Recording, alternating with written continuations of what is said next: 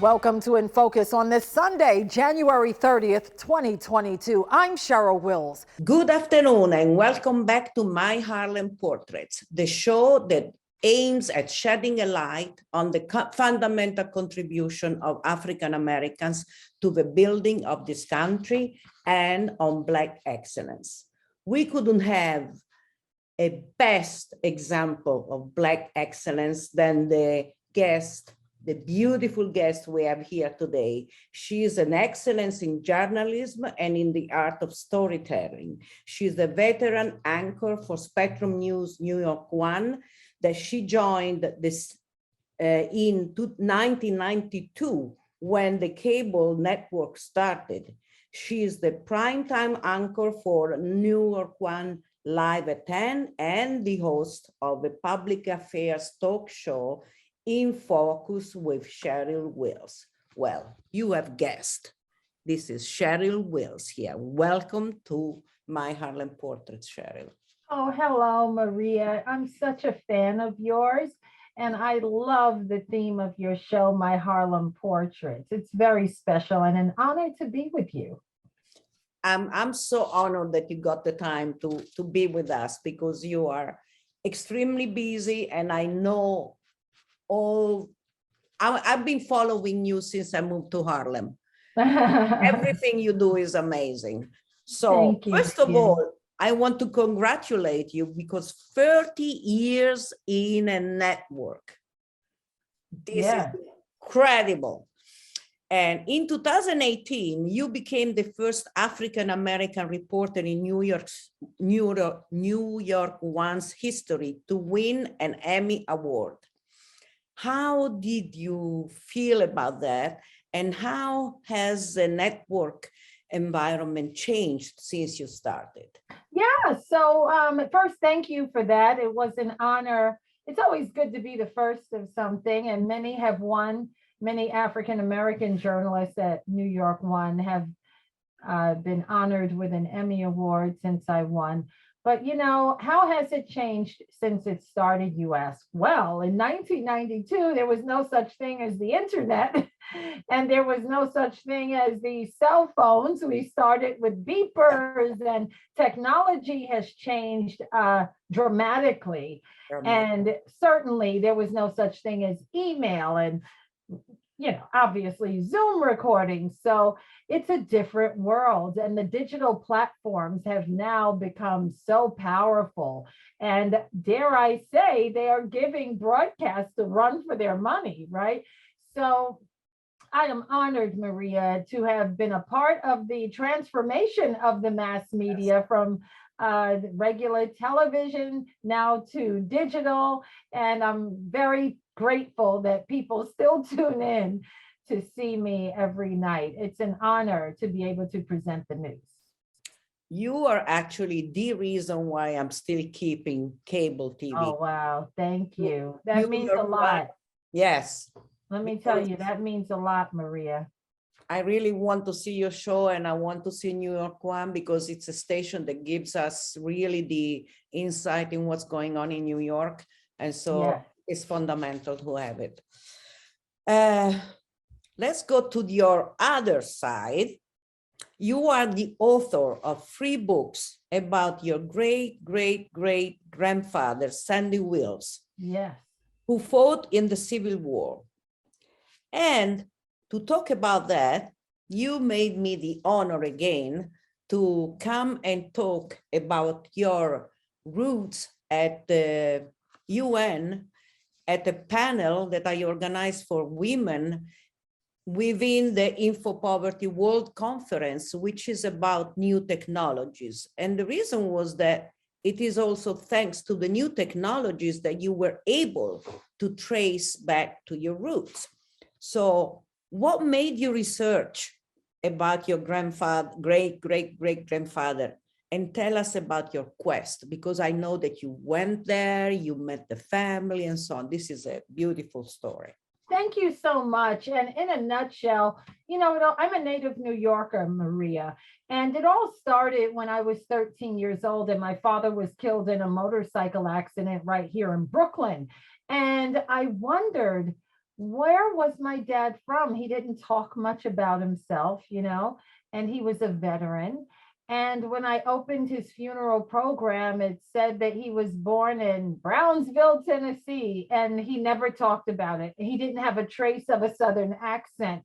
And it made me wonder, I have to piece together now my father's life, but no one has any information other than my grandparents. They didn't know much about, and it was very important to me. Why was there a sense of shame about slavery in our family? Why didn't this pass down to me orally? How come no one talks about it? This was a major tragedy that unfolded in our lives more than 100 years ago. Why doesn't anyone talk about this with me? So when Ancestry.com went online, I knew, oh, okay, now this is at my fingertips. The information that I've always wanted is at my fingertips. But I had no idea how dramatic this information was. When I started doing the research, that's when I discovered I had, like you said, a great grandfather, Sandy Wills, who was a Civil War soldier. And that changed my life forever. He was a slave purchased by Edmund Wills when he was 10. He lived on the Wills plantation in Haywood County, Tennessee. And then when the Civil War broke out and they allowed Black soldiers to fight in 1863, my grandfather enlisted. And I feel cheated, if I could be honest with you, Maria, that I did not have this information growing up. It would have helped me through the tough times. I feel cheated to know that my grandfather did not receive a military burial. So right now, I am on a quest to find his remains. And as you pointed out, I have met the family that owns the land where he died. So we are in talks right now, and there is a burial ground filled with Black folks, many of them former slaves, and possibly they died in slavery. So we are now in talks to try to figure out how to do this respectfully with, it's a very sensitive thing to dig into a graveyard. And there are no markers. So it's a mystery. And I think it's well worth my time and effort, though, to give my grandfather, Sandy Wills, who did so much for a country that did virtually nothing for him, to finally give him a proper burial, even more than 125 years after he died. He died February 8th, 1889. His wife, Emma, who was extraordinary in her own right, died in 1901. And together they still are entitled to a military burial. So it's a mystery, but I am up for it. And by the summer, I think we're going to have some answers. Wow, this is fantastic. This is really amazing. I totally understand the need to know where your roots are.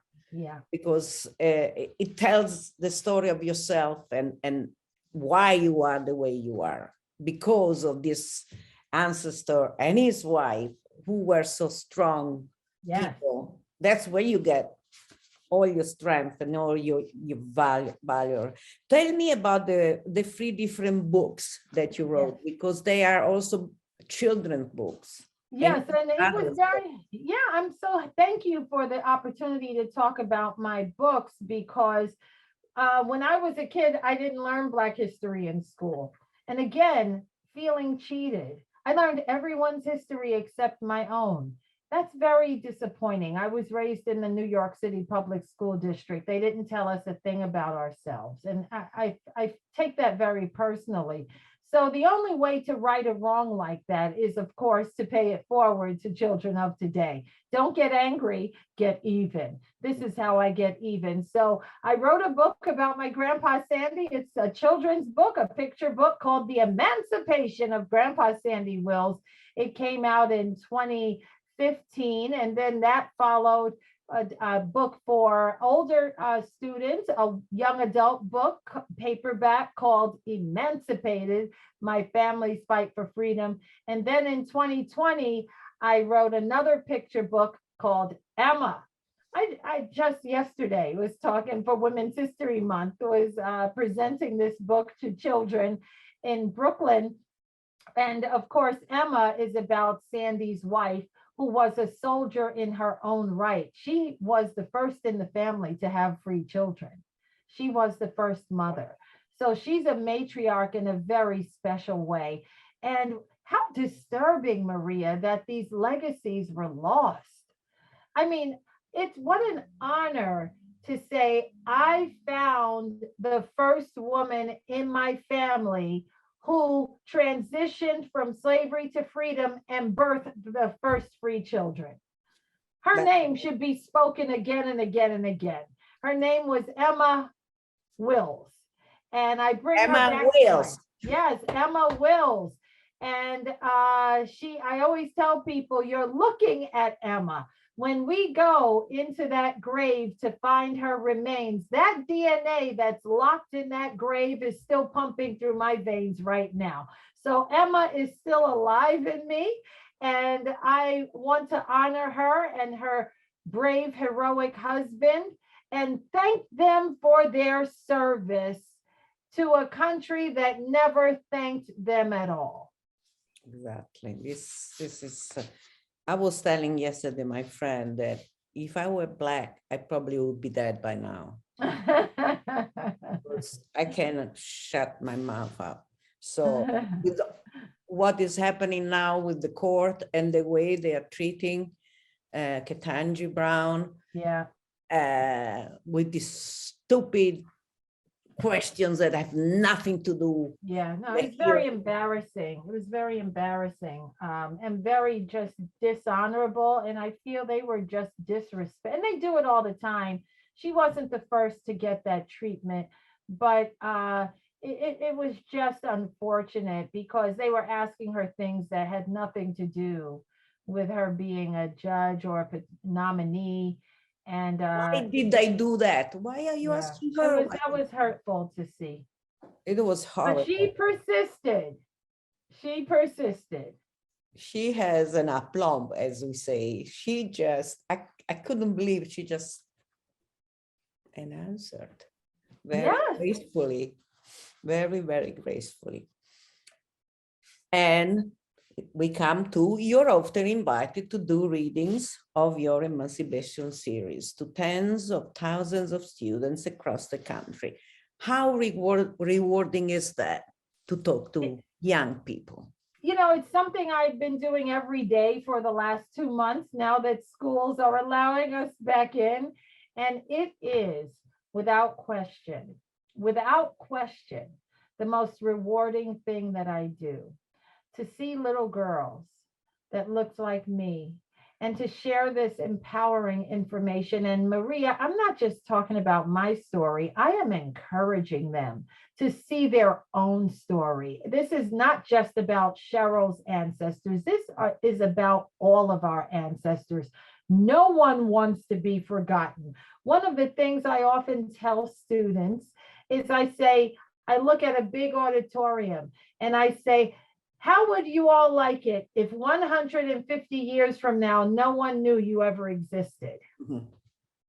It's not a good feeling. No. And it happens every day. Most people do not know their legacy back 100 years, certainly not 200 years. And absolutely, I mean, very rare you walk up to someone and say, tell me about your legacy dating back 300 years. They'll look at you like a zombie. Yeah. So that's not cool. No one wants to be forgotten. And further, I share with the students that you are empowered when you know who's responsible for your being. You really do inherit more than their eye color and their hair and you inherit their brilliance, their talent. You are the extension of them. So to walk around this world and to know nothing about who you are, you do yourself a disservice. So I encourage students, while you're learning reading, writing, and arithmetic, make sure you learn who you are. Wonderful. It is the most empowering thing to know who you are. Right now, you are working on a groundbreaking book, which is called 25 Women Who Changed Gospel. Tell us a little bit about that too. Absolutely. This book is coming out in May, and it's called Isn't Her Grace Amazing? 25 Women Who Changed Gospel Music. And I grew up, of course, I was raised by, all of my grandparents were Southerners, all four of them. All four of them went through Jim Crow. All four of them descendants of slaves. So I have a full dose of this American tragedy, but I also have a full dose of the triumph. And that triumph is expressed through gospel music, how I got over and how never to give up. These empowering songs of Zion, as they referred to it. And one grandmother in particular was a great gospel singer. My grandfather was a gospel guitarist. So it was a natural extension for me to write this groundbreaking book like no one has ever seen, Maria.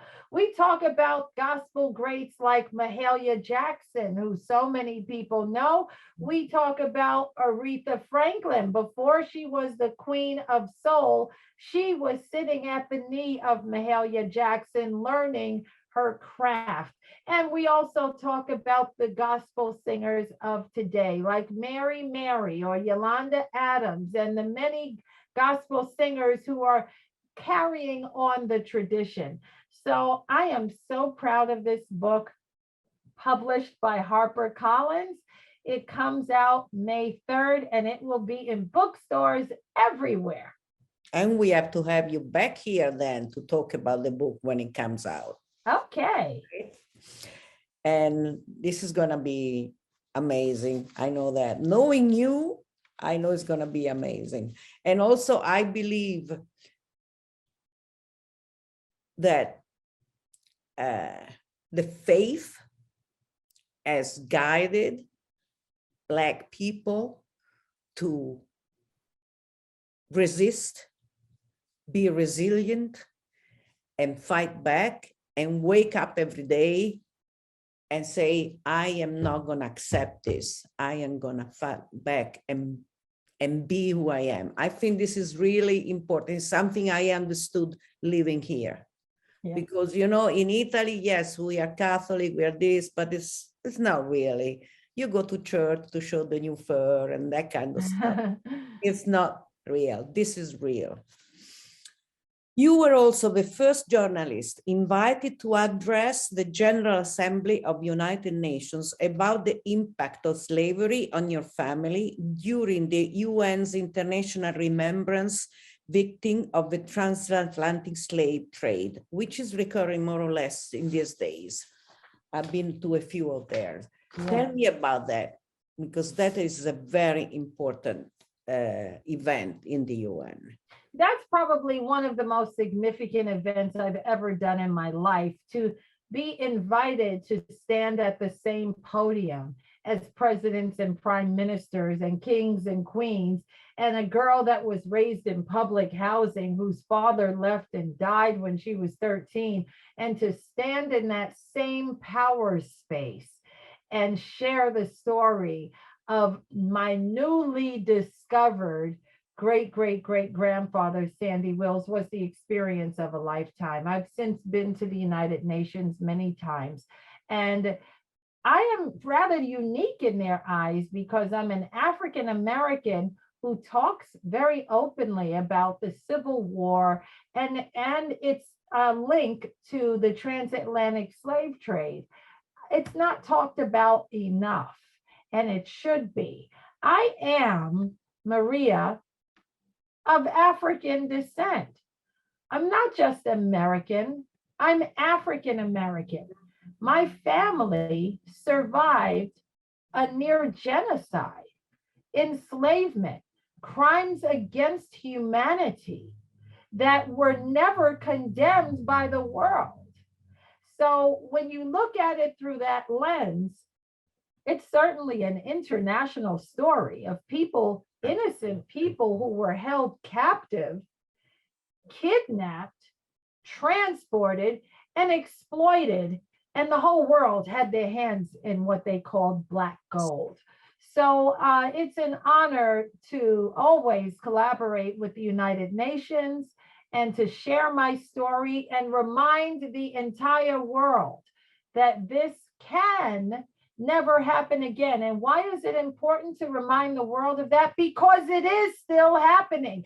Slavery is still happening. Human trafficking is still happening. They're not dragging you and chaining you across the Atlantic Ocean in a big ship. Now they're flying you across the water with a predator.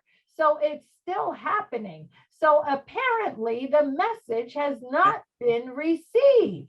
So it's so important that the children of these horrors take a stand and reveal what happens when you forget about the transatlantic slave trade.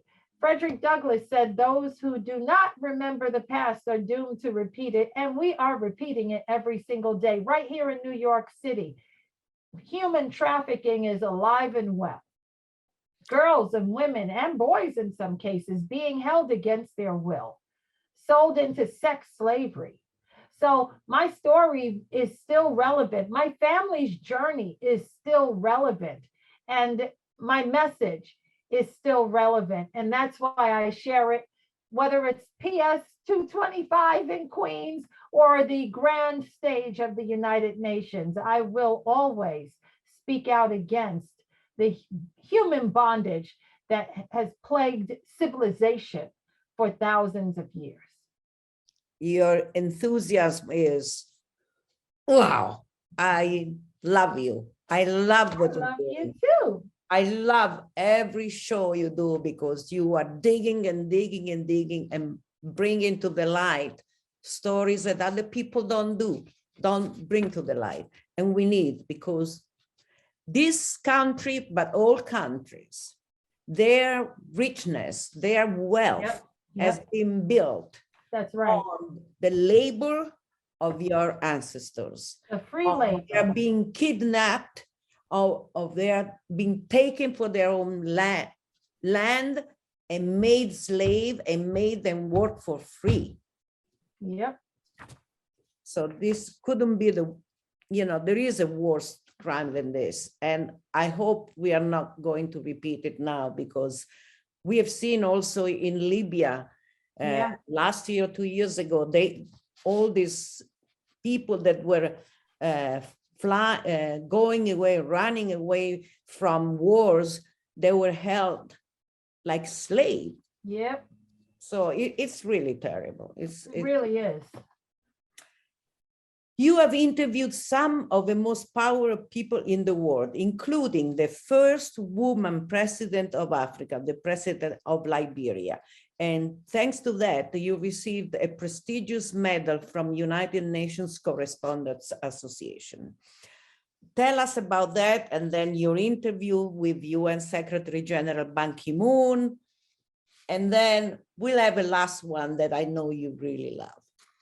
What an honor it was. I always wanted to meet Nelson Mandela.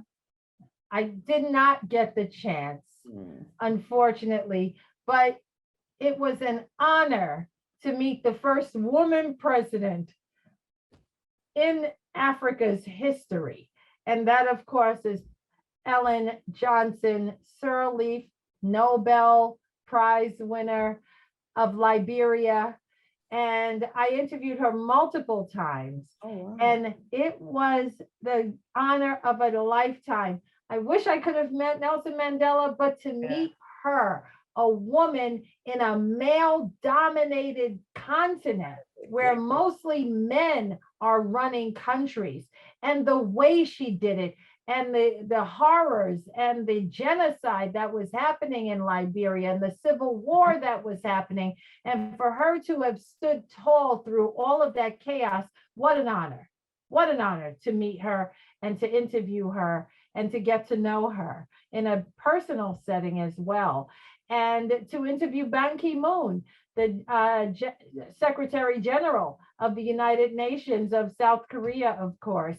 And I met him many times. He presented me with the award for the UN Correspondents Association, and they gave me a medal.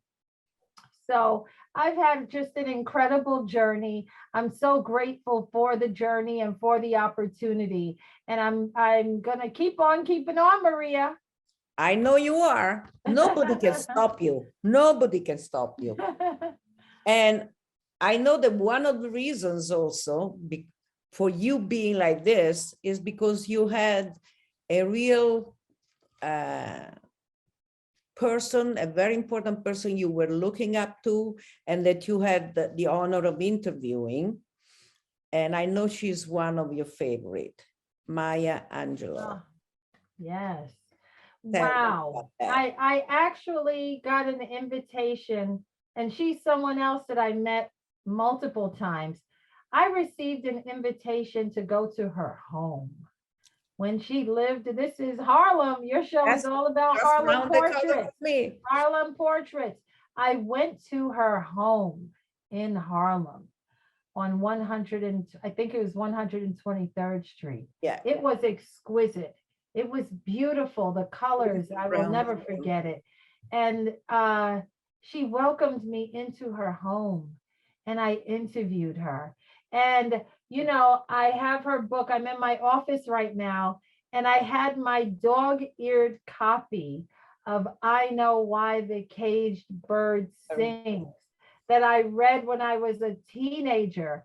And I was like, oh my gosh, I get to have her sign this. When I was a teenager, I would have never thought that I would meet her. I was just reading it like every other kid. And the story about Bailey and all the twists and turns. And this was a powerful book that really resonated with me. And when I handed it to her, she signed it. Wonderful. I could have died. And she told her assistant, go get me a new copy for Cheryl. And she signed that one too.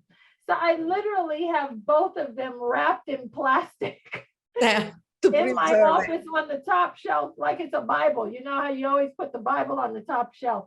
So that is the most precious and powerful. And I cried when she passed away. Oh, so she, you know, she was a phenomenal woman, just as she wrote in her poetry. And I am so glad I got to meet her and take photos with her and get her autograph. And that's the opportunity of a lifetime as well. Wonderful. Oh my God. Your enthusiasm really, it's contagious. Thank you. In March 2018, you were honored with the prestigious Commander Medal from the U.S. Department of the Army. Yes. Tell me about that and what it is. You know, that was really special too, Maria, because, you know, I come from a long line of soldiers, right? Mm-hmm. My father served during the Vietnam era. His grave at Calverton National Cemetery out here on Long Island says Vietnam. My maternal grandfather, Hardy Ford, I knew him well. His grave says World War I. Wow. And of course, we know that my grandpa Sandy, I'm trying to get him the same honor, fought in the Civil War. So, and I have tons of uncles, of course, who also served. So when the U.S. Army contacted me to say, we want to give you this very special medal, I received it on behalf of Clarence Wills, wow, Hardy Ford, Sandy Wills, and a host of other uncles. And that was just the most touching medal to receive, because Black men, I hate to even repeat it, but it must be repeated because it's true. Black men were disrespected when they served their country. My grandpa Hardy was in a segregated unit. My father was the first soldier in the family that was actually, they had recently, I mean, they integrated the forces in 1947 or whatever it was.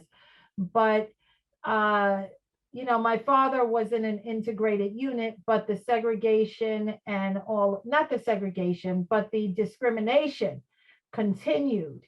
And of course, Sandy Wills was enslaved when he enlisted. So the men in my family, when they would return from serving their country overseas, they were treated like second-class citizens.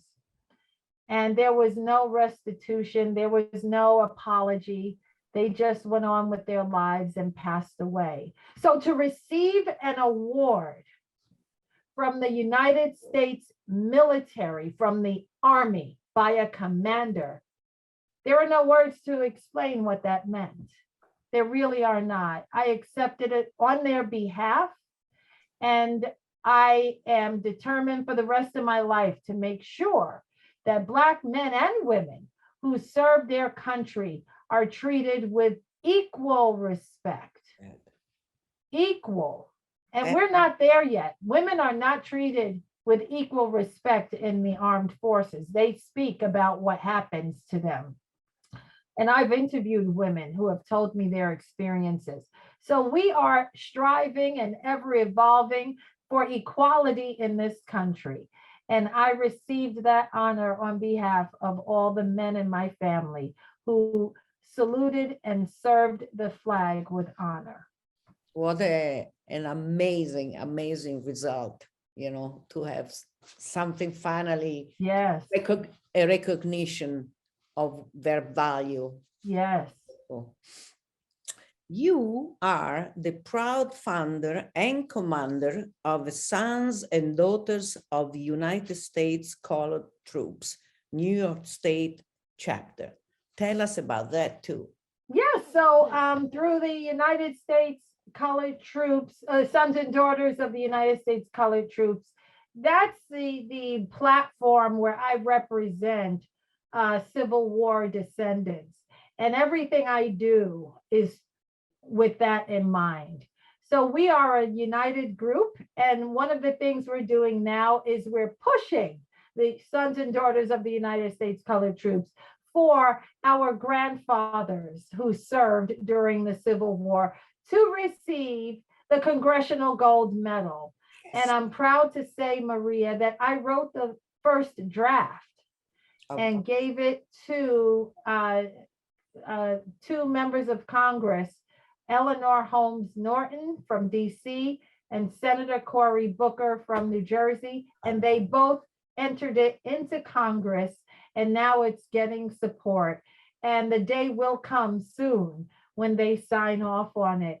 And I can't wait for that. So that's one of the immediate projects we're working on now, to make sure our 200,000 Black men who served in the Civil War get the Congressional Gold Medal. It's so deserved. Yeah, long overdue. Oh my God, yeah, long overdue, like reparations are long overdue. And I think we need to start talking about that again and putting it really to become a law, because I mean, you know, other people have received reparations, so why not? Absolutely. What's happening here? Yeah. Let's go on something lighter now. You have been featured in a number of major TV shows and movies, including Ghostbusters. Tell me, there are many, so tell me the ones that you loved most and you had more fun and you remember best. So what I love most is when Law and Order SVU calls. I just did a shoot with them last Friday, actually. And I play myself as a reporter, which is always a thrill. And it is so much fun to just break away from the busyness of the newsroom and the seriousness of what I do and play myself as an actor for even a movie or a TV show. That is always so much fun. So I would say Law and Order SVU is my favorite. I do a lot for them. And I'll do other movies like Ghostbusters, and my IMDb has it all listed, but that's a special thrill. It really is. I've seen you a few times in those movies. They say, hey, that's Cheryl. That's really her. Exactly. It's fantastic because it's this fictional thing, and then all of a sudden you are out from reality. Yeah. Cheryl Wills, she's real. She's not a character in the movie. She's a real person who's really doing that work. Yeah, it's really a lot of fun. Yeah, it's fantastic. You have also received numerous awards. So many that if we should talk about them all, we'll be here for another hour. So I'm going to ask you, you got them from the New York Press Club, the News Women's Club of New York, the Associated Press. Tell me about the ones that you remember most and you enjoyed most. Sure. So I would say the Emmy is probably the crown jewel for journalists, one of them. And it's an honor, like I said before, to win an Emmy, to win an award from your peers is always very special, because they're not going to give it to you unless you really deserve it. Exactly. Yeah, they're not just giving it to you because they need you. No, that's not how it works with us. So the fact that I've been honored by my peers in journalism is so humbling, because there's a lot of us out there and we're all competing for the awards. So that's been a great experience to be able to. I have a lot of awards here in my home, and I'm very grateful. I really am. For the Emmy. Yes, congratulations for that again. And in 2017, that was a year where you received so many awards. You had the Rosa Parks Award for Social Justice. You had for illuminating the struggle for Black equality from the Civil War to present. Yeah, that was beautiful. And that was given to me by educators. So, and again, educators are not going to give you anything unless you're really doing something right. So when they awarded me the Rosa Parks Award, and they even told me, like, this is a big deal for us. This is a big deal. That award again is sitting in my home, and Rosa Parks, my goodness, to receive an award in such an American hero's honor, a gentle, humble woman who had a spine of steel.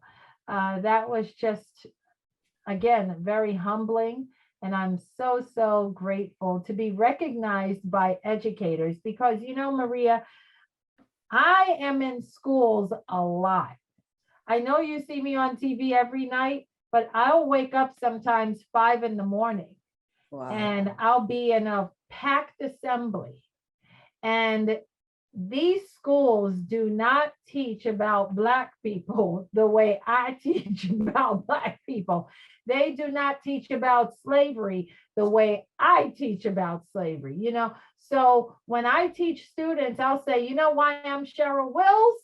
Because Edmund Wills bought my grandfather when he was 10 years old and forced his name on him. And I'm still carrying it 170 years later. The kids look at me like, whoa. And I'll tell them I'm not the only one. There are millions of Black people carrying English surnames, Irish surnames, Jewish surnames. It's so funny. I have relatives, last name Myers. Myers is a Jewish name, Whoopi Goldberg. That's a Jewish Goldberg. I think she made that name up. I think her real name is Karen Johnson, but nevertheless. Okay. Yeah, there are Black people who are carrying names that have nothing to do with their culture. So when I go into these schools and tell them the truth, I teach them something the history books won't teach them. You are changing lives when you do that, because young people, they are like sponges, and if Yeah. they can get these important messages about themselves when they're young enough to receive them and retain them, you are changing lives. Absolutely. And that's why to receive that award from educators, that was the cherry on top. That meant I was doing something right. Definitely. We are coming to the end of our show. I just wanted to finish, because you were talking about Jewish name and so on, that you also received in 2017 the Dr. Martin Luther King Award from 3 prominent Jewish organizations. Tell me about this last thing. That was an amazing moment as well, because Jews and Blacks have so much in common. Right now, sadly, we're watching Ukraine and Ukrainian refugees disperse all over the world.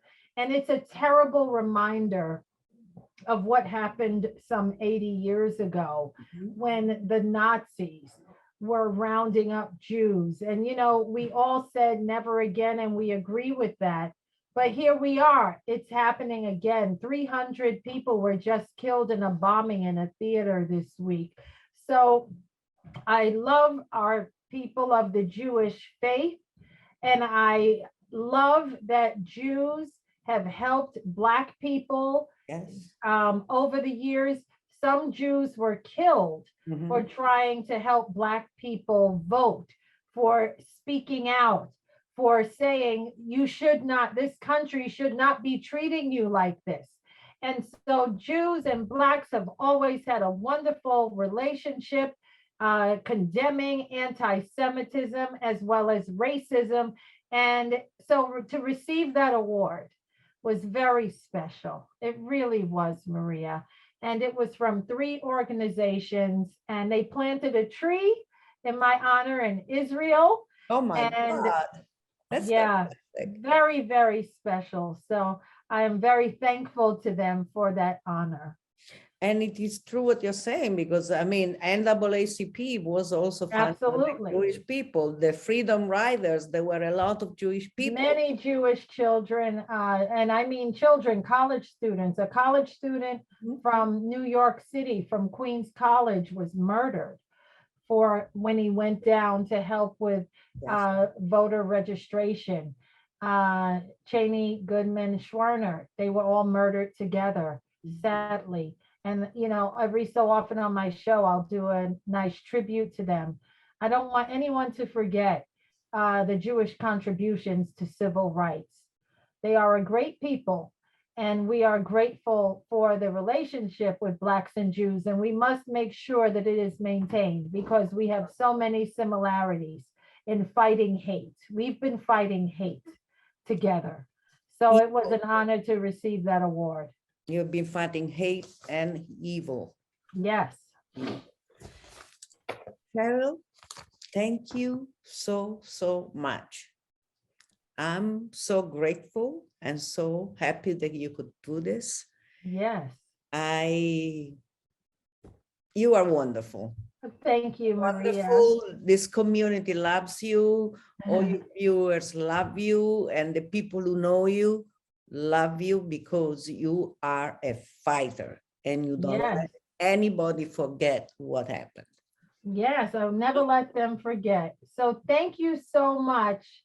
It really means a lot. Thank you again, and thank you to our viewers. See you next Saturday, 12:30 at My Harlem Portraits. Bye-bye.